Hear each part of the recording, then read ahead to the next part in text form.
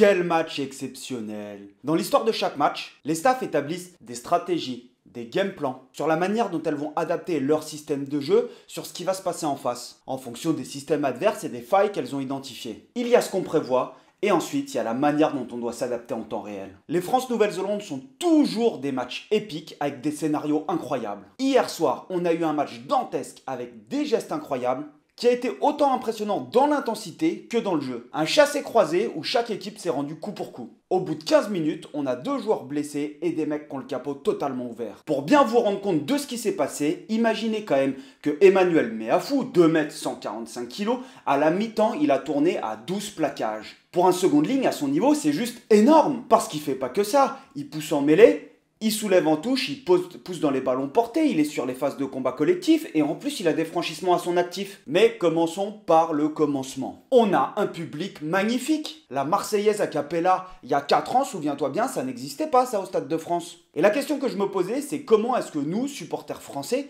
on allait réagir au haka. On a eu un silence incroyable avec une mise en scène mais qui était juste magnifique à regarder. Tu le regardais, tu avais des frissons. Le jeu de lumière sublime. Avant de rentrer dans le vif de ce débrief du match entre la France et la Nouvelle-Zélande, j'ai envie de vous partager une solution rapide et efficace qui a attiré mon attention. On a tous des moments où le temps manque pour un vrai repas. Que ce soit en journée de boulot, sur la route, avant d'aller faire ton entraînement, après le taf, ou juste parce que le temps il file plus vite que prévu. Personnellement, ça m'aide beaucoup quand je suis dans le jus, notamment quand il faut que je débriefe un match le soir et que t'as pas forcément le temps de grailler. Imaginez qu'au lieu de foncer vers un kebab ou un domac, de commander Uber Eats pour te faire livrer à la va-vite, tu as un repas rapide, complet et équilibré directement sous la main. La solution s'appelle YFood. Leurs repas liquides et leurs bars sont pratiques, sans compromis sur les nutriments. Chaque bouteille contient protéines, fibres, vitamines et minéraux essentiels, tout ce qu'il faut pour tenir jusqu'au prochain repas. C'est rapide, c'est sain et ça change des options classiques de fast-food.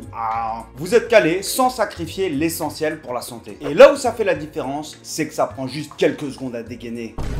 Donc c'est clairement parfait pour le moment où le temps presse. Niveau goût, c'est aussi bien pensé. Que vous soyez plutôt saveur chocolaté, fruité, la banane c'est mon préféré, ou même café, quand il y a des journées longues ça aide, YFood a une gamme qui s'adapte à vos préférences. On est vraiment loin des repas tout fades et franchement, le goût il donne envie de réessayer et même de continuer. Et je dis pas ça parce que c'est une collaboration, hein. Quand je suis en train de goûter la banane, honnêtement c'est génial, ça te cale. Et bonne nouvelle, pour vous, YFood offre 22% de réduction avec le code UPRUGBY YouTube du 17 au 20 novembre inclus. Puis après ça passe à 10%. Donc si vous cherchez une alternative au repas rapide, c'est le moment parfait pour tester et bannir un petit peu tout ce qui est kebab et domac. Et ça coûtera moins cher. Le lien il est en description, si ça vous plaît n'hésitez pas à le faire savoir. Allez, on part sur le débrief.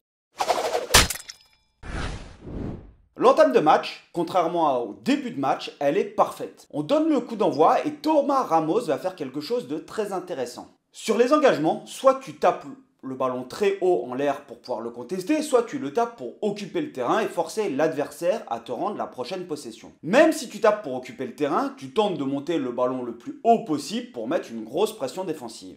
Là, il ne va pas du tout faire cela. Il va aller chercher une zone qui est très intéressante. Il tape loin avec un coup de pied qui est relativement tendu. Normalement, c'est plus facile pour le réceptionneur car il ne va pas se faire cartonner au moment où il récupère la gonfle. Et là, il tape pile poil entre deux blacks. Avec le bruit, peut-être la pression avant que le match ne commence, mais les deux ne se parlent pas et les deux joueurs néo-zélandais se percutent. En soi, c'est pas grave car pas de pression, mais c'est intéressant de voir cela. Après réflexion, je me suis quand même dit que c'était peut-être Thomas Ramos qui n'avait pas bien ajusté ou pas assez levé son coup de pied pour pouvoir mettre de la pression. Et que c'était peut-être une mauvaise interprétation, mais pas sûr. Je m'explique. On a un ailier qui s'appelle Sonic, c'est Louis Bielbiarré. Si ton ailier court le 100 mètres en 10 secondes, si le temps de suspension du ballon est de 4 secondes, tu peux te dire qu'approximativement, il va parcourir entre 35 et 40 mètres en 4 secondes. Grosso modo, ça te permet de taper des coups d'envoi qui vont monter très haut et d'être au point de chute du ballon, soit pour jouer le duel aérien ou soit pour faire tomber le réceptionneur. Quand tu joues le contest aérien, une fois de temps en temps, tu assistes à des essais incroyables. World Rugby, en plus, dans son évolution du règlement, fait tout pour faciliter justement ces batailles aériennes et ces duels aériens. Donc c'est-à-dire que si tu tapes derrière la première ligne défensive, les joueurs qui sont en repli vont devoir s'écarter pour te laisser passer, là où avant c'était beaucoup plus difficile d'aller contester des ballons sur des coups d'envoi. Et c'est exactement ce qui se passe à la 55e minute, c'est-à-dire que le mec ne s'écarte pas, coup d'envoi, bam, tu récupères une pénalité. Tu viens de prendre des points et tu te retrouves avec une pénalité dans les 22 mètres adverses. Et en réalité, on exploite à merveille cela avec la vitesse de Louis Bielbiarré parce que tous les coups d'envoi sont tapés de son côté. Et sur tous les coups d'envoi, tu as Louis Bielbiarré en pression, soit pour jouer le duel aérien, soit pour venir plaquer le réceptionneur. Donc sur l'entame de match, les deux Néo-Zélandais se gênent un petit peu, mais il n'y a aucune incidence sur le jeu et ils nous rendent la balle au pied. Et dans chaque début de match, tu as forcément des duels en fait où les joueurs s'affrontent pour pouvoir dominer et marquer physiquement leur adversaire. Et sur cette première possession, c'est très intéressant de voir le pilier Black qui lui cible Meafou, c'est-à-dire qu'il se met face à Meafou, on le voit, il le regarde, du style « Toi, j'ai signé un contrat sur toi aujourd'hui ». Meafou est servi en premier attaquant, et là, le duel va avoir lieu, et le pilier Black, il joue très bien le coup, il monte pour pouvoir faire tomber Meafou. En revanche, son joueur juste à l'extérieur défend comme s'il y allait avoir un contact et plaquage et qui s'apprête à gratter le ballon. C'est-à-dire que si Mani tombe au sol, tu viens contester. Mais Meafou, il lâche une passe magnifique juste avant le contact et c'est Aldrit qui s'engouffre très très fort à toute vitesse dans l'intervalle. Il va servir à hauteur Tatafou.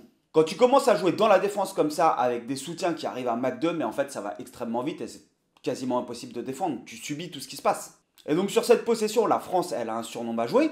On a Jordi Barrett qui vient très très bien fermer pour couper les transmissions. Et Thomas Ramos qui a juste une passe au pied pour Louis Bielbiarré. On va revenir sur le positionnement et l'utilisation de Louis Bielbiarré pendant le match. C'est vraiment assez particulier et en réalité c'est très bien joué. Tout ce qui se passe avec Louis Bielbiarré est extrêmement travaillé et bien joué. Et là on est à 1 minute 15 de jeu et on a déjà deux joueurs qui sont au tapis. Tatafou qui a pris un star sur le genou et un NZ qui a l'air d'avoir pris un KO. Attends 2 petites secondes là, ça fait 5 minutes déjà que tu regardes la vidéo et t'as toujours pas lâché ton pouce bleu et en plus t'es pas abonné. Honnêtement c'est le moment de le faire, c'est gratuit et moi c'est le seul moyen de développer la chaîne et de récompenser mon travail. Allez, on continue. No scrum, no win. Pas de mêlée, pas de victoire. C'est un dicton anglais qui résume notre sport et surtout la physionomie de nombreux matchs. Tous ceux qui ont posé des questions et qui ont émis l'hypothèse de dire « Ok, Winnie Antonio, qu'est-ce qu'il fait encore en équipe de France? Il amène quoi à part ses 140 kilos ?» Eh bien, je pense que ce match répond entièrement à cette question. La mêlée te permet de lancer le jeu, de gagner du terrain, de prendre l'ascendant psychologiquement sur le pack adverse, de marquer et même de récupérer des pénalités. Et c'est ce qui se passe. Sur la première mêlée française, on récupère une pénalité et Ramos y met 3 points à 50 mètres. Mais la science de la mêlée, c'est vraiment quelque chose de particulier parce qu'on va totalement se faire ouvrir, éventrer sur les 3 mêlées d'après. On va pas se mentir, on s'est fait monter en l'air. Et pour moi, c'est l'une des deux raisons pour laquelle on prend la foudre sur le début de match. Parce que les All Blacks, ils jouent extrêmement bien, mais en fait, ils ont tous les ballons. Ils sont venus avec énormément d'intention. Ils ont des très longues possessions où ils font très bien vivre le ballon. On va en parler sur leur système d'attaque. Mais surtout, en fait, ils ont tous les ballons. Nous, on n'arrive pas à mettre la main sur le ballon. Les moments sur lesquels on doit avoir des possessions, on est défaillant soit en touche, soit en mêlée. Donc, c'est extrêmement compliqué d'imposer notre rythme et notre style de jeu, notre façon de jouer. Prenons l'exemple des touches. On avait décidé de ne pas les prendre forcément sur des touches complètes, les Blacks, mais plutôt d'essayer de les manœuvrer avec des touches en 4+1, donc 4 avant dans l'alignement et un avant en position de relayeur. Ou 5+1 ou 4, des touches qui sont réduites. Ça te permet d'avoir des avants dans la ligne offensive un petit peu plus loin pour pouvoir attaquer et lancer le jeu. Et ça semble relativement logique, puisqu'on a deux sauteurs qui étaient plus grands que les autres, avec Roumat et Flamand. Et on dit, alors ça, moi je suis pas du tout expert en touches, mais généralement les touches réduites sont plus dures à défendre que les touches complètes. Mais les Blacks, ils avaient très très bien fait leur travail d'analyse. Ils avaient fait le choix de défendre sur Flamand, et c'est très intéressant de regarder Vaille sur la première touche.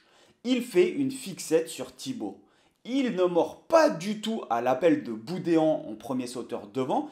Et du coup, il reste focalisé sur Flamand et il vient sauter juste devant lui. Donc il nous cabosse en mêlée, il nous bouscule en touche. Et pour nous, c'est très frustrant parce que les ballons qu'on a, c'est des ballons de contre-attaque. On arrive à les exploiter, on a des séquences qui sont intéressantes, mais on n'en a pas assez. Et les Français, ils accumulent ces petites erreurs qui coûtent cher. Par exemple, on a cette action où on a Ficou qui génère de l'avancée. On doit être en mesure d'accélérer le jeu. Et Roumat, avec une petite passe trop derrière, il coûte un en avant. Et là, dans la tête, tu sens que ça va pas du tout. C'est-à-dire que les joueurs, tu as l'impression qu'il y en a qui sont pas rentrés dans le match. C'est-à-dire que tu fais des petites fautes comme ça. Et Roumat, juste derrière, sur la même action, il se prend une pénalité parce qu'il pose les mains au sol pour contester le ballon. Donc les Blacks, ils ont la possession et ils maîtrisent parfaitement leur sujet. C'est-à-dire qu'ils sont extrêmement bien rodés sur leur système de jeu. On va pas se mentir, ça fait 13 matchs qu'ils enchaînent depuis début juillet. Contrairement à nous, où nous on s'est rassemblés il y a quoi? Il y a 3 semaines. Ils ont beaucoup de mobilité, des joueurs très disponibles. Et au-delà de ça, ils avaient mis une petite particularité sur leur façon dont ils avaient choisi d'attaquer.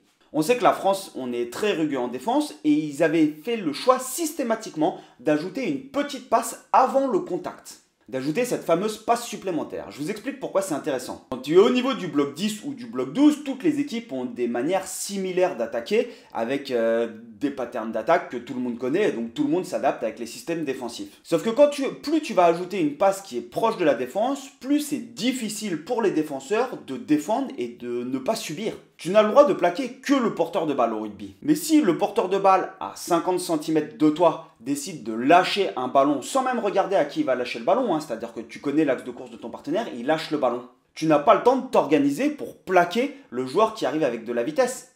Tu ne peux pas t'organiser pour plaquer un non-porteur de ballon qui potentiellement sera soutien offensif. Et donc tu vas être en réaction, tu vas subir la collision. C'est très dur à faire parce que pour réussir cela, tu dois jouer très proche de la défense et surtout ne pas montrer à l'adversaire que tu vas lâcher ton ballon au dernier moment. Si tu regardes celui à qui tu vas lâcher la gonfle, tu lui colles une cible sur le front. Donc ces fameux blacks décident d'ajouter une passe de plus avant le contact et ils réussissent à le faire. Pas tout le temps, mais ils réussissent quand même à certains moments. Et à des moments en plus, ils choisissent un rapport qualitatif. C'est-à-dire que si tu peux opposer ton 6 au 10 adverse, t'en profites. Et du coup, pendant 30 minutes, on assiste à ces petites passes juste avant le contact pour décaler les points de collision. Et le fait qu'ils jouent très proche de la défense, que ça soit en pivot pour déplacer le ballon, ou pour ajouter la passe et venir attaquer fort la ligne, ça nous met en difficulté. Mais plus tu joues proche de la défense, plus tu prends des risques, puisque si tu veux ne pas mettre une cible sur le front de ton pote, tu es obligé de ne pas le regarder pour lui lâcher la balle. Et donc en fait, tu as ces petites erreurs techniques qui font qu'ils vont faire des en avant et qu'on va réussir à les déranger. Et c'est à double tranchant parce que s'ils ne font pas ces fautes-là, à mon avis, tu breaks et c'est essai. Alors ces petites fautes, je pense qu'elles poussent les Blacks à la 30e minute à arrêter de les ajouter. C'est-à-dire que juste avant la mi-temps, sur les 10 dernières minutes, tu n'as plus ce jeu de petites passes et c'est du jeu qui est du coup beaucoup plus direct avec moins de prise de risque. Au retour de la mi-temps, on les cueille à froid, certes, il n'y a pas de souci. Mais eux, ils repartent avec ces petites passes au cordeau et ça fonctionne très bien, sauf quand tu fais la passe de trop. Même chose qu'en première mi-temps. Sauf que là, en seconde mi-temps, on arrive à leur faire payer leur erreur cash. Ballon de récupération, pas de couverture dans le champ profond, on tape le plus loin possible et on le joue à la course. Et quant à Louis Bielbiarré, ça aide. Comme cette pénalité à la 16e minute. Tu vois celle dont je parle. On est à 15 mètres de notre ligne d'en but, la défense black, elle est replacée, elle est à 10 mètres, tu vas pas jouer vite, tu sors d'une séquence défensive où tu as récupéré la balle, tu es en train de prendre la foot, tu te dis ok, ils vont poser le jeu, on va aller trouver une touche et on va mettre la main sur le ballon. Eh ben non, Ramos il tape plein centre, exactement comme contre le Japon sur une pénalité. Alors on le fait parce qu'on a des profils comme Louis Bielbiarré ou Antoine Dupont qui ont une capacité de déplacement qui est extrêmement intéressante, mais pas que. Écoute mon raisonnement. Réfléchissons 30 secondes. Si tu décides de taper la pénale touche, tu vas taper avec un coup de pied en diagonale et tu vas te retrouver avec une possession sur les 50 mètres, sur la ligne médiane on va dire. Si tu tapes au centre, premièrement, l'adversaire ne s'attend pas à ce que tu tapes plein centre. Pourquoi tu le ferais? Donc, ils n'ont pas des joueurs qui défendent axe, ils ont plutôt des joueurs qui vont défendre le long de la ligne de touche pour essayer de sauver la pénale touche. Secondement, tu tapes sans angle et tout droit. Donc ton jeu au pied ira beaucoup plus loin que si tu tapes en diagonale. Si tu tapes tout droit, ça va plus loin qu'en diagonale. Et ça, c'est ultra important et je m'en suis rendu compte quand j'ai vu le jeu au pied de Ramos. Il est à 15 mètres de sa ligne d'en but, il tape tout droit, le ballon rebondit à 15 mètres de la ligne d'en but adverse. Troisièmement, les mecs qui vont se replier pour récupérer la balle, ils vont se retrouver isolés et sans soutien derrière eux. Il y a peu de chances pour qu'ils amorcent une contre-attaque à 10 mètres de leur ligne d'en but, surtout si toi tu t'es organisé sur la montée avec un ou deux joueurs en pression et derrière un rideau dense. Donc potentiellement, le mec va taper en touche et tu vas récupérer une balle sur les 50 mètres, comme s'il y avait une pénale touche. Et quatrièmement, si ça merdouille, ou que tu arrives à mettre une grosse pression, tu vas mettre un joueur sous pression à 5 ou 10 mètres de sa ligne d'en but dans une situation qui est totalement défavorable. Donc entre taper une pénale touche et assurer certes la possession, sachant que tu te fais quand même cabosser en touche contre les Blacks, ou taper plein centre et aller mettre la pression chez l'adversaire, c'est un choix fort dans la stratégie et la volonté de l'équipe d'inverser la pression et de mettre la pression sur l'adversaire. En réalité, c'est extrêmement réaliste de faire ça et c'est très intéressant. On l'avait déjà fait contre le Japon, on l'a refait là. Maintenant, le souci, c'est que ça m'étonnerait qu'on le revoie contre l'Argentine, puisque les Argentins, ils auront dû l'analyser et ils seront beaucoup plus vigilants là-dessus.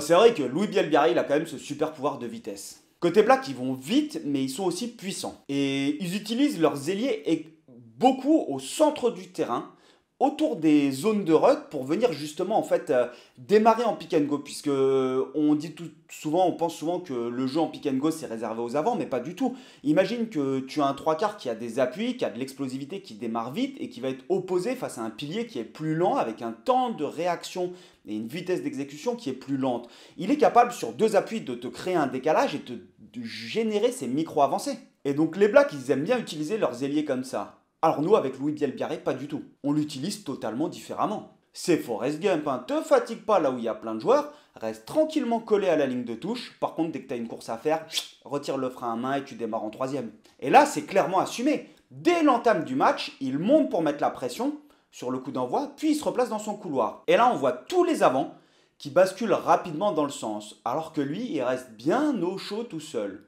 Et c'est d'ailleurs assez particulier parce que les ailiers, même si on leur demande de se démarquer, on leur demande également de dézoner et de venir menacer l'intérieur du 10, l'extérieur du 10, l'intérieur du 12, jusqu'au centre du terrain, au moins avant de reprendre la largeur. C'est-à-dire que les ailiers, on leur demande de venir menacer. S'ils ne sont pas servis, tu recharges et tu réoccupes l'espace. Là, Louis Bielbiarré, pas du tout. Ça a été vraiment, en fait, ne te fatigue pas sur des courses et des appels inutiles. Ton jus, tu le gardes pour quand tu dois sprinter. Et du coup, c'est deux autres utilisations totalement différentes qui vont avoir deux impacts différents sur le jeu, sur le positionnement des autres joueurs. La conséquence pour les Blacks d'utiliser leurs avants au centre du terrain, c'est qu'ils vont profiter de ce fameux runner. Alors, pour ceux qui ne savent pas, j'explique ce que c'est qu'un runner. Dans les systèmes de jeu, tu as des blocs d'avant et généralement, tu as un joueur devant. Enfin, deux joueurs devant qui sont plutôt des profils aériens qui sont détachés pour aller dans le couloir des 15 mètres. Moi, j'appelle ça des runners. Tous les systèmes quasiment utilisent cela. Et donc, du coup, si tu as ton ailier qui se dézone, tu es quasiment obligé d'avoir un runner en fait, qui va rester dans les 15 mètres. Et chez les Blacks, c'est Hardis AVA. Et ça, c'est moins marrant. À la 8e minute, sur une contre-attaque des Blacks, après une sortie de camp française, on va se retrouver avec Tatafou en avant-dernier défenseur. Sachant qu'il a pris un start dès l'entame et que c'est un pilier droit, c'est le candidat parfait à attaquer. Les Blacks, ils l'identifient et c'est impressionnant de voir à la vitesse à laquelle les informations sont prises et circulent pour s'organiser rapidement et déplacer le ballon jusqu'au couloir. Alors Dupont, il sort pour prendre le dos, c'est quelque chose qui est normal, tu viens fermer, mais pas de chance. C'est pas le dos qui est servi, c'est le 9 qui vient redoubler, donc peut-être et potentiellement que les Blacks y avaient pensé, ou alors c'est juste de l'adaptation en temps réel. Et c'est le 9 qui redouble et qui envoie une passe lobée pour Savea. Villiers joue extrêmement bien le coup, il tente l'interception et ça passe vraiment pas à grand chose. Et bam, premier break. Sur la même action, deux séquences plus tard, c'est Will Jordan qui identifie Tatafou et qui vient l'attaquer directement sur la vitesse. Sur un jeu en pivot, tu as la possibilité d'arrêter la défense pour aller chercher le couloir ou faire jouer des partenaires à hauteur, mais tu as également cette option, lorsque le joueur dans le dos se trouve face à un intervalle, de venir t'engager très fort et très vite dans l'intervalle. Là, Will Jordan, il n'est pas face à un intervalle à proprement parler, mais face à un profil lent. Et il a un peu la même action que la semaine précédente, où il vient du coup attaquer très très vite entre les deux défenseurs, et surtout, il fait vivre le ballon, c'est-à-dire qu'il a cette volonté, quand il l'attaque, il sait qu'il ne va pas franchir, mais il va consommer deux joueurs et pouvoir jouer dans le dos. Et là, on a le défenseur extérieur, c'est Roumat, il me semble, qui n'a pas d'autre choix que de rentrer en contact avec lui sur son intérieur.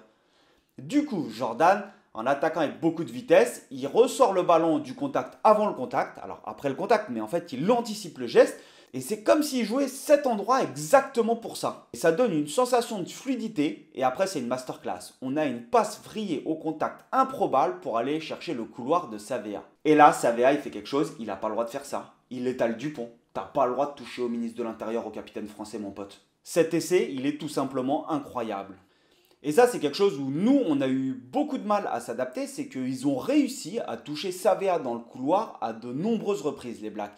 Et Savea dans le couloir, c'est intéressant de voir parce qu'il était 8, il est 8 habituellement, et donc peut-être plus sollicité dans le jeu. On avait Sititi dans les couloirs depuis 2 matchs, et là c'est Sititi qui est passé 8, et donc du coup qui est plus au cœur du jeu avec sa capacité de pénétration qui est tout aussi bonne que Savea, mais Savea qui a peut-être plus d'appui. Il a une particularité, Savea, c'est que c'est le roi des feintes de passe, et là il va te mettre une feinte de jeu au pied, magnifique. Et je pense vraiment que ce repositionnement de CAD en poste de 7 est extrêmement intéressant pour le jeu des Blacks. Et c'est quelque chose qu'on sera sûrement amené à revoir avec eux. La défense du 15 de France, on va en parler un petit peu là. Pour moi, on est dans une situation similaire au match de la semaine dernière contre le Japon. C'est l'adversaire qui a l'initiative, on n'arrive pas particulièrement à imposer notre rythme et à mettre la main sur le ballon. Par contre, on défend fort, très fort. Si on prend les stats, on a 234 plaquages avec 89% de réussite contre le Japon. Là où eux, ils en avaient 106. Contre les Blacks, on est à 208 pour 86% contre 111. On est exactement sur les mêmes standards où c'est eux qui ont la possession, sauf que là on joue les Blacks, c'est pas la même chose. Et ils nous font mal, très mal sur leur possession, ils sont à 38 défenseurs battus. On s'est fait éclater sur les duels. Et pour essayer de contrer un petit peu ces attaques néo-zélandaises qui étaient peut-être mieux rodées, j'ai eu cette impression, et à confirmer, voir si c'est une tendance sur ce match ou si c'est une tendance plus générale de la défense du 15 de France, qu'on avait décidé sur la majorité des rucks de consommer un joueur volontairement, en fait, qui allait arriver légèrement sur le côté pour plaquer les mecs qui protégeaient le ballon, mais sans la volonté de contester le ballon. C'est-à-dire que le mec arrivait, soulevait les appuis et retombait sur deux types par contre. C'est-à-dire que tu consommes un joueur en défense pour deux attaquants. En faisant ça, tu réduis le rage, le retour au jeu qui est calculé dans toutes les équipes où ton but, c'est qu'un joueur qui est au sol, c'est un joueur qui est inutile. Donc il faut qu'il passe le moins de temps au sol, qu'il se relève et qu'il recharge.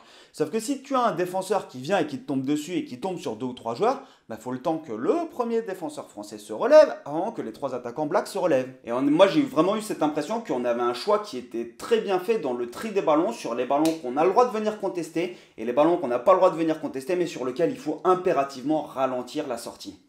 Et surtout consommer des blacks. Et on a plutôt intérêt à être efficace en défense parce qu'on a quand même peu la balle. La stat de possession à la fin du match c'est 61-39 et à la mi-temps je crois que c'est 67-33. On voit pas la balle clairement, on n'a que très peu de possession. Et on ne refuse pas le jeu, mais tant que notre conquête elle est défaillante, on se prive de ballons d'attaque. On se nourrit essentiellement de ballons de contre-attaque sur des jeux au pied pour avoir nos possessions intéressantes. Et en revanche, sur ces possessions, on ne rend pas la balle gratuitement. Ça, c'est quelque chose qui change par rapport à d'autres matchs du 15 de France. Exactement comme la semaine dernière, dès qu'on rentre dans les 50 mètres adverses, entre la ligne des 15 et la ligne des 15, on met énormément de mouvements pour animer autour des rucks. L'objectif, c'est d'aller chatouiller les leaders défensifs, donc ces deux premiers joueurs sur le bord de chaque ruck, et de les éliminer. Pour cela, il y a des joueurs qui arrivent pour proposer des options, et c'est le joueur en position de relayeur, ça peut être Antoine Dupont, mais également un autre joueur qui occupe cette position à ce moment-là, qui décide de l'option à privilégier. Et ça fonctionne très bien parce que c'est très dur de défendre quand on attaque les leaders, et c'est très dur de défendre sur Dupont aussi. On a cette impression en fait que c'est un jeu un peu chaotique, et j'ai entendu quelques personnes dire que Dupont en faisait trop. Je suis pas d'accord.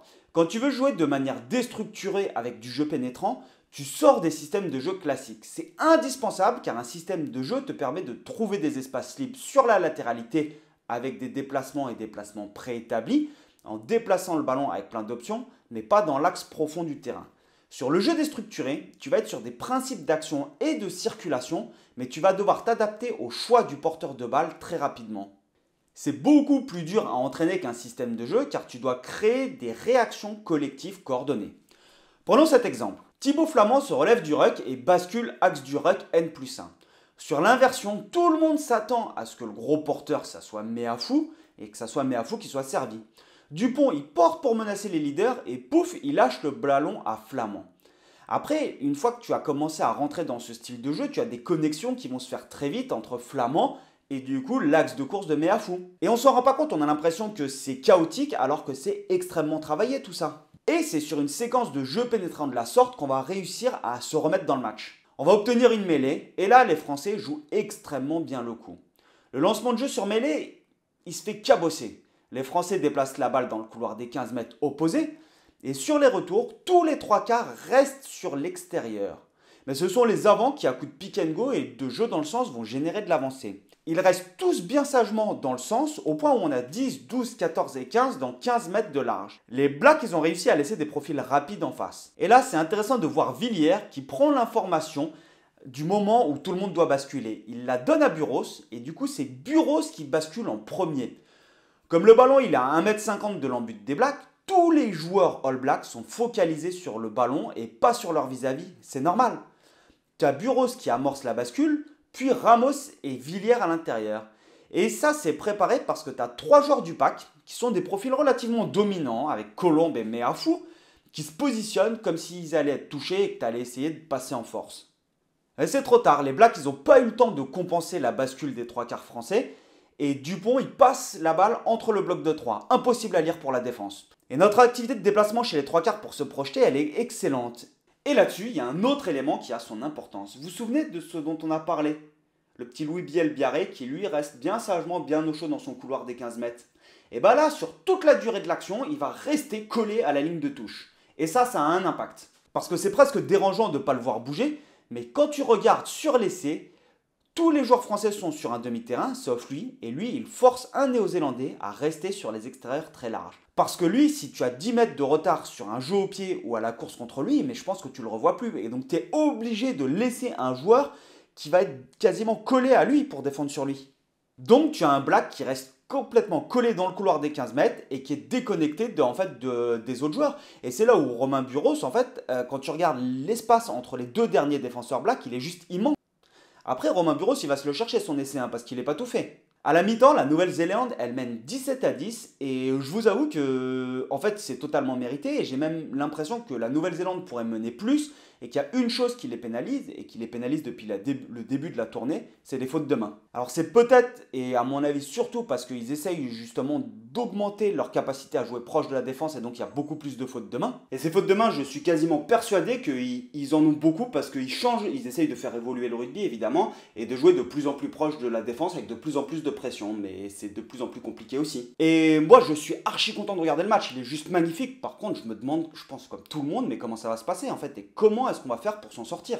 Parce que on sent qu'on est efficace sur nos prises de balles, mais en fait ils ont la main sur le match les Blacks. Est-ce qu'on va réussir à régler nos soucis de conquête qui nous coûtent cher en première mi-temps? Parce que si on a des ballons, on est dangereux. Et dès l'entame, c'est ce qui se passe, c'est-à-dire que les Français, ils ont une pénalité, au bout d'une minute après la reprise, ils font le choix de la pénale touche, ce qui est un choix très fort. Hein. Ils s'organisent en 6+1, a priori pour faire un ballon porté. Les Blacks ne sautent pas, car à 5 mètres de ta ligne, tu préfères t'organiser généralement pour être prêt en fait à défendre et venir repousser le ballon porté au sol. Même si tu as réussi à déstabiliser l'adversaire en première mi-temps, à 5 mètres de ta ligne, si l'adversaire s'organise sur un ballon porté, avant toi, ils vont t'embarquer dans l'embut. Et donc tu préfères ne pas sauter pour être prêt à défendre au sol. L'alignement il est composé de la manière suivante. 1-3-2. Et on va s'intéresser particulièrement à Meafou. Il va faire une feinte de lift et il va venir se positionner devant tout nonchalamment. C'est Roumat qui saute. Et là, Roumat, il fait un geste, on s'en rend pas compte, on n'a pas le temps de voir ça à vitesse réelle. Mais il va faire comme s'il allait donner le ballon au relayeur, puis il attend d'être presque en bas pour donner le ballon à Meafou d'une main. Pendant ce temps, les deux qui sont au fond et le relayeur, ils viennent basculer sur Meafou. C'est Boudéan qui attrape le ballon au faux et hop, en 3 minutes, on vient d'égaliser. C'est extrêmement bien joué parce que la feinte de Roumat, en fait, il récupère le ballon et quand tu vois les deux joueurs qui commencent à basculer, tout le monde s'attend à ce qu'il y ait un ballon porté sur Roumat et tu vois l'attitude des Néo-Zélandais où tous, ils se mettent en position de venir impacter, en fait, celui qui va descendre au sol, soit Roumat. Et la façon dont il arrive à donner le ballon à Meafou, c'est juste extraordinaire. Enfin, c'est du très très haut niveau, c'est l'équipe de France, quoi. Alors, la question qu'on pouvait se poser quand tu vois l'activité des mecs en première mi-temps, tu te dis, mais est-ce que devant, on va être capable de tenir le rythme sur tout le match? Parce que le rythme est juste incroyable. Et en fait, Fabien Galtier, il a répondu à notre question. À la 48e minute, puf, il change tout le monde. Il y a un coaching massif. Et c'est d'ailleurs ce qu'il va nous expliquer à la fin du match, c'est qu'il nous le dit. Il nous dit, en fait, il avait remarqué que les Blacks étaient capables, à partir de la 50e minute, c'est ce que j'avais dit dans les débriefs, c'est notamment quand tu as Tuipulotu qui rentre, en fait, il concasse tout le monde en mêlée, en touche et dans le combat. Et il effectue ses rotations, son coaching avant de se faire fracasser comme les autres nations. Donc c'est intéressant. Et moi, il y a une chose qui me fait très plaisir, c'est de voir Galtier qui nous prend pas pour une saucisse et qui nous explique clairement ce qu'il fait et pourquoi ça marche. Et moi, je trouve ça génial. Par contre, fais-le aussi quand ça marche pas. Donc l'objectif de ce coaching massif, c'était justement de contrer tout ça et on l'a fait. En 12 minutes, on met 14 points. Et là, la tendance, elle commence à s'inverser, où tu commences à les contrer en touche, tu commences à ne plus subir les collisions, mais c'est toujours eux qui ont la majorité des ballons. À la 60e minute, on met 27-20. Et là, Damien McKenzie, qui vient juste de rentrer, va faire une erreur, mais juste incroyable, qui pour moi va leur coûter le match. Les Blacks, après une déviation sur touche et un excellent lancement de jeu, ils trouvent un intervalle. Et là, c'est incroyable, on ne se rend pas compte à vitesse réelle. McKenzie, il crée un mini-break. Buros vient pour fermer, mais Louis Biel-Biarré aussi. Mackenzie fait la passe à Will Jordan qui est démarqué. Et là, Louis arrive à se retourner et rattrape le terrain pour aller plaquer Jordan à 5 mètres de l'embut. En fait, cette action, elle est juste incroyable sur la capacité de défense de Louis Bielbarré. C'est-à-dire qu'il vient pour fermer un intervalle et dès que le ballon est lâché, bam, il se retourne, il cavale et il te rattrape Will Jordan à 5 mètres de la ligne d'embut. Incroyable. Mais c'est pas là où c'est intéressant, c'est sur le retour. Les Blacks, ils se retrouvent avec une option de scorer à 6 contre 3 à 10 mètres de l'embut. C'est le genre d'action si proche de la ligne d'embut, tu n'as pas le droit de rater ça. En revanche, Mackenzie se plante totalement. Il choisit l'option du jeu à hauteur et le premier attrape aux jambes et tu as Olivon qui vient contester. On plie, mais on ne rompt pas. Je sais pas pour vous, mais moi de mon côté, dès la 15e minute où on a cette pénalité qui est tapée plein centre et tu fais des allers-retours partout sur le terrain, je suis là, ce match est extraordinaire. Mais en revanche, à partir de ce moment-là où on conteste le ballon, j'ai l'impression qu'on bascule dans le genre de match irrationnel. On est sur du jeu à outrance avec des prises de risque qui sont quand même relativement énormes. On passe d'un coup de renvoi de l'équipe de France à une réception des Blacks. Et là, le jeune Ratima qui perd ses moyens, qui attend 5 secondes et qui prend une mêlée contre lui sur la réception de coup d'envoi. Mais c'est des choses qu'on n'a plus l'habitude de voir à ce niveau-là de compétition. On a un ballon d'essai dans les 22 mètres néo-zélandais, bam, interception, jeu au pied. Et là où on avait une mêlée dans les 22 mètres néo-zélandais, en 15 secondes, on se retrouve avec une mêlée dans nos 22 mètres. Une autre pénalité pour les Blacks, et là 27-26. Et tout le monde est comme ça. À la 66e minute, on ne sait pas de quel côté le match peut basculer. On a une pénalité de chaque côté, et jusqu'à cette dernière action, plus le match avance, bien sûr qu'il peut basculer pour les Blacks, et ça aurait pas été choquant que les Blacks gagnent. Bon, moi je suis archi content qu'on ait gagné, mais ça aurait pas été choquant. Mais contrairement à la semaine dernière où en fin de match tu sens l'équipe de France en fait qui tire la langue et tout, et les Japonais qui ont encore du jus, autant là j'ai l'impression que c'est l'inverse, c'est que c'est les Blacks. Peut-être aussi parce qu'ils ont plus attaqué que nous, et Galtier aime bien nous le dire, c'est moins énergivore de défendre que d'attaquer. Tu les sens en fait, ils sont le capot ouvert. Ils sont comme nous, sauf que nous on est devant au score. Et la dernière séquence, elle est juste incroyable avec une défense. Enfin, si on récupère la balle, on impose nos impacts. Tu sens que les finisseurs, ils ont fait un travail monstrueux. La France s'est imposée et ça, c'est chouette pour plusieurs raisons. Tout d'abord, j'ai l'impression de retrouver ce qui faisait le charme de Galtier, c'est-à-dire sa rationalité, mais aussi son côté humain. C'est-à-dire que le match, tu sens qu'il le vit en fait. Là, c'est une victoire pour lui, hein, parce que c'est ce que je disais avant. S'il perd ce match, il se met sous pression. Là, tu vois, je pense que Steve Borswick en Angleterre, avec 3 défaites d'affilée à Twickenham, à mon avis, il est sur la sellette pour le prochain tournoi. Hein. Mais il le vit aussi du côté passionné. Donc il est rationnel, il nous explique les choses, mais il a ce côté passionné où tu vois ses émotions en fait pendant le match. Et la seconde, c'est qu'on se permet beaucoup plus de choses que sur le dernier tournoi Destination. Alors, est-ce que c'est la volonté de l'équipe et du staff, ou est-ce que c'est la présence de Galtier, de Dupont aussi qui te permet d'envoyer autant de jeux et de prendre autant d'initiatives? Et là, je vous avoue que je pourrais être très mauvaise langue et dire que de toute façon, les Blacks, ils sont crevés, ils viennent d'enchaîner 13 matchs d'affilée, que ça fait 5 mois qu'ils sont pas rentrés chez eux, qu'il y a une forme de lassitude et de fatigue physique. Qu'ils ont battu une Angleterre qui est malade, on va pas se leurrer, et une Irlande qui va pas bien du tout. Eh bien pas du tout, pour moi je pense qu'on a joué vraiment une grande équipe des All Blacks. Elle n'est pas encore au top, parce que s'ils sont réglés sur toutes ces petites passes au cordeau, à mon avis, ils peuvent te plier le match en première mi-temps. Mais ils ne le sont pas, c'est aussi de notre fait, parce qu'on a une défense qui est agressive, et qu'on ne les laisse pas faire, et qu'on a assisté à un gros match de rugby avec une belle victoire de rang. Alors un petit message pour Fabien Galtier, si tu m'entends là, écoute-moi bien, envoie-moi tes premiums, j'en ai rien à faire du top 14, etc. Mais qu'on assiste à 3 matchs comme ça en Nouvelle-Zélande cet été, franchement, là, ça nous fait rêver. Tu gagnes le cœur des Français et on assiste à des vrais matchs de rugby. Sans manquer de respect au Japon. Je vous mets un petit rappel concernant le partenaire YFoot de cette vidéo. N'hésitez pas à commander, vraiment, c'est top et puis ça me donne de la force. Si vous voulez me soutenir, vous avez le droit de me faire un don aussi ou de devenir membre de la chaîne parce que c'est important pour mon développement si vous voulez continuer à avoir des productions de qualité. Puis on se revoit mercredi pour le débrief de la preview France-Argentine. Topette l'ami!